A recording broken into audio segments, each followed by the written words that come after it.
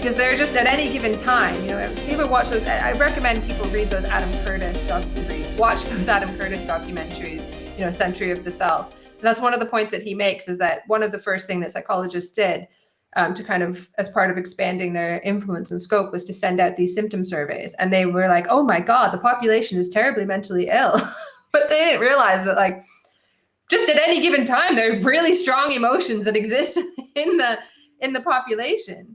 And it's terribly wrong and misguided to think of these things as illnesses. Now, I could use a really stupid and extreme example, but it's not that extreme, because this has actually happened.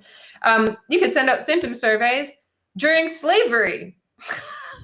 And I bet you would find, oh my God, there's terrible mental illness in the population.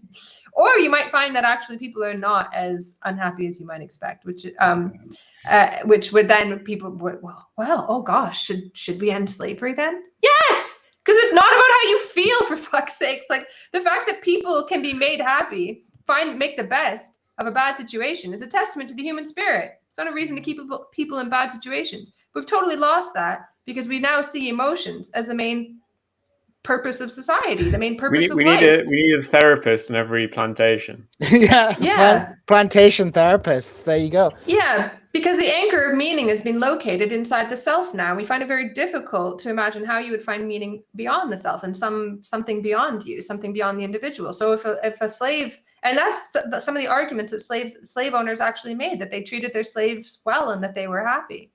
Well, if that was true, let's say it was true, then is that a reason not to end slavery? Of course not. Sorry. It was funny to read the surveys that you put in the book, where, like, the minimal condition to get on them is absolutely fucking ridiculous. And, they were basically asking, like, have you felt sad at any point in the last 3 months? And the only surprise was that the figure wasn't 100%, right? Because surely the actual figure is 100%. But I guess if they got that result, they wouldn't publish it, because they would realize at that point how absurd they seemed. I was amazed by that. 2% had I want to know who that 2% were, because they didn't want to say. I mean, I would say no on that, but just to be awkward, Yeah, exactly. That's like a healthy kind of, resistance. I like that. But, I said that that's a silly example, but it's not as silly as you might think, because there was actually drapetomania was a diagnosis for slaves who tried to get away from their plantations, from their owners. Like, that was, and I remember I had like a psychologist friend who posted on Facebook, one of those stupid, like, beach images with like text on top. And it was like, drapetomania, the desire to run away. Do they not teach you this shit in school? Like, how do you get a PhD and not realize that is a fucking diagnosis for slaves, like that is used by people to show like the ridiculous culture-bound nature of some diagnoses? All you need to know about a psychology degree. Well, no, that's not what I'm saying. I'm sure in fact, I think some of the very best critics come from having a psychology background. They're very balanced. But the other thing too is, like, what you were saying is, there are all these emotions that just exist in the population, and that people may not, if they're convinced or encouraged to believe that these are kind of mental health problems, they may not fight to change their circumstances. They might do still, but I think in a very kind of limited sense, because, as I said, the anchor for meaning is in the self. The purpose is in the self. But a movement has to find its meaning in the future. It has to develop and become something in the future. But the other thing is that sometimes negative emotions don't need a solution. It's okay to feel bad, because the thing that happened to you is bad. And sometimes bad shit happens, and we would create a much worse world by trying to get rid of bad shit happening. I always think about The Giver, which I'm sure most people read as a teenager, and I did my first episode of Based AF, which is such a silly title when I say it out loud, but but anyways, it can only be written down. Anyway, the first episode of that I did for Sublation Media, I talked about The Giver, and I had interviewed Nancy McDermott, who's an author, and she had said Lois Lowry, the author of that book, why she wrote it was she was thinking like about things that seemed to her to be really good. Like, oh, wouldn't it be good if we, assign children to parents?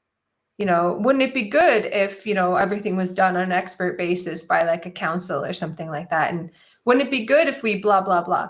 And you create a nightmare dystopian scenario by trying to control everything and kind of legislate well-being into existence. No, you have to accept that you're going to feel bad. And sometimes you damn well should. And that's,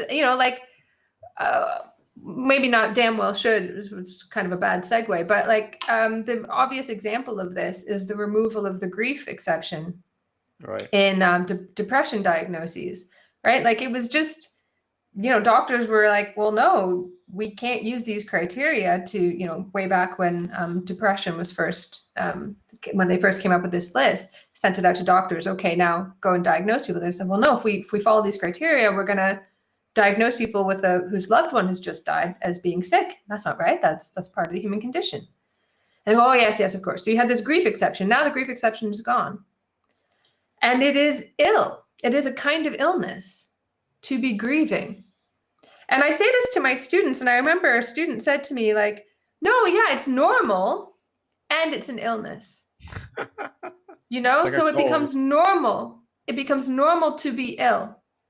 Illness becomes the default state. And then that has other repercussions for our subjectivity, for what we believe people are capable of as human beings. You have to think, like the idea of a rational, reasoning, self-reflective human subject who is well, just the ideal of it. I'm not saying this is representative of humans, but the ideal of it is the basis of our liberal democratic societies. And you can like whine and complain about our liberal democratic societies, as I do all the time.